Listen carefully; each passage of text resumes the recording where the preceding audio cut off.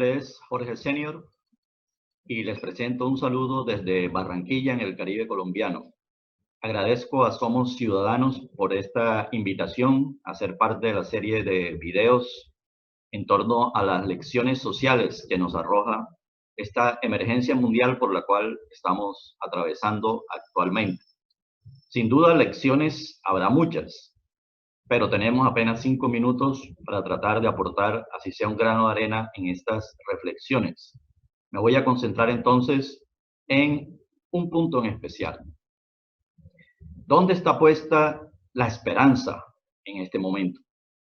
Yo creo que la mayoría de nosotros esperamos que aparezca una vacuna o que aparezcan tratamientos eficaces para poder combatir los efectos del virus cuando infecta el organismo.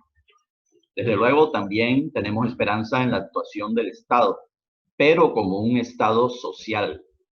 Y desde luego también la gente actuando como ciudadanos responsables y solidarios, como corresponde ante una crisis. No tenemos la esperanza puesta en el mercado, y mucho menos en sacrificios heroicos por la economía. Que se mueran los viejos y salvemos la economía, decía alguien en Estados Unidos. No, la inmunidad de rebaño fue derrotada. Esa tesis de extrema derecha, por ejemplo, Bolsonaro, Johnson, Trump, sustentaron este tipo de planteamiento desde su concepción de populismo de derecha. Por ahí está claro que no hay esperanza. Y fue derrotado, lo cual significa que el valor de la vida está por encima de la economía. Ya eso es una gran lección. Pero también vemos que ni pastores ni brujos tienen nada que ofrecer como respuesta a esta crisis. Los rezos, los milagros, los supuestos saberes ancestrales no hacen parte de la solución.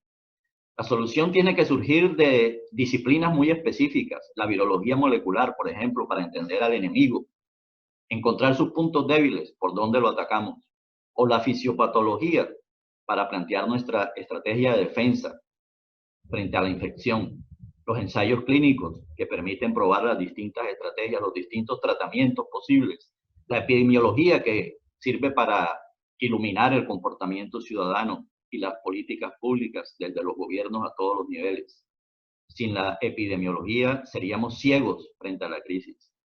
La ingeniería, por supuesto, que también aporta. Por ejemplo, necesitamos construir respiradores baratos, en cantidades. Estas son las soluciones prácticas. Están, sin lugar a dudas, en la ciencia, en el uso de la razón, la inteligencia y el conocimiento. Ahora bien, esta pandemia, aunque es una tragedia en sí misma, es también, por otro lado, una escuela de aprendizaje para el verdadero desafío que tenemos en el siglo XXI, que es el cambio climático. Una crisis mucho más grave y mucho más grande que esta emergencia que estamos viviendo ahora y que podríamos considerar casi como un entrenamiento para lo que se viene.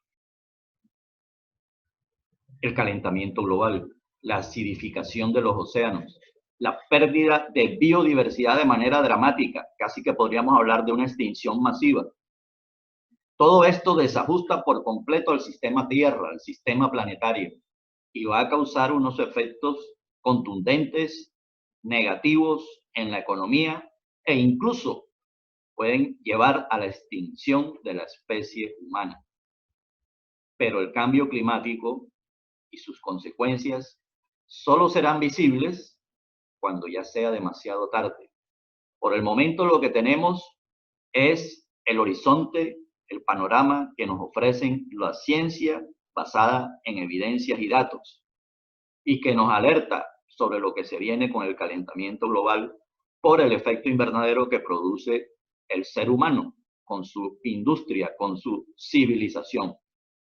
¿Y por qué está pasando esto? Bueno, podríamos retroceder un par de siglos hasta la revolución industrial, pero digamos que en los últimos 40 años el neoliberalismo se ha impuesto como una ideología casi que hegemónica.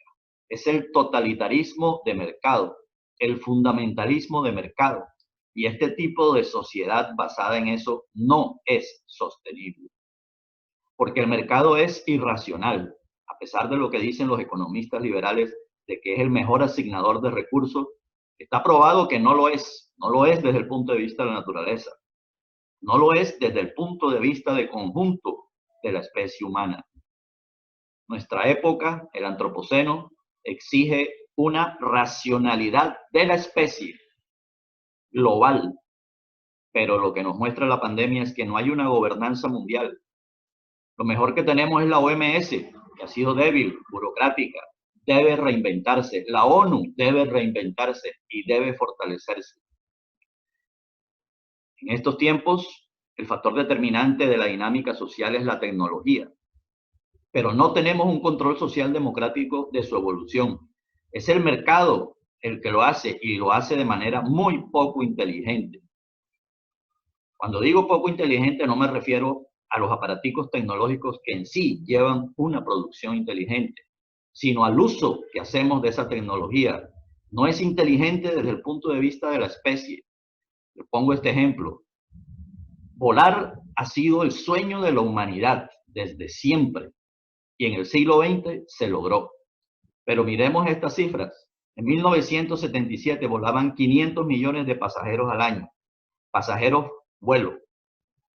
En 1990, 1.000 millones. En 2005, 2.000 millones. En 2012, 3.000 millones. En 2017, 4.000 millones. Y el año pasado estábamos por encima de los 4.300 millones de pasajeros vuelo al año. Eso equivale a más de la mitad de la humanidad. Hemos construido una superautopista para que los virus, las bacterias y hasta los parásitos circulen. Cualquier virus contagioso tiene lo que en términos populares llamamos un papayazo, o sea, la posibilidad de extenderse por todo el mundo.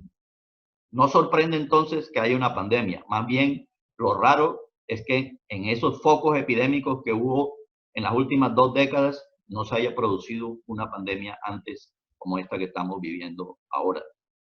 Eso es un uso poco inteligente de la tecnología, porque la aviación es una maravilla. El turismo es algo muy bueno.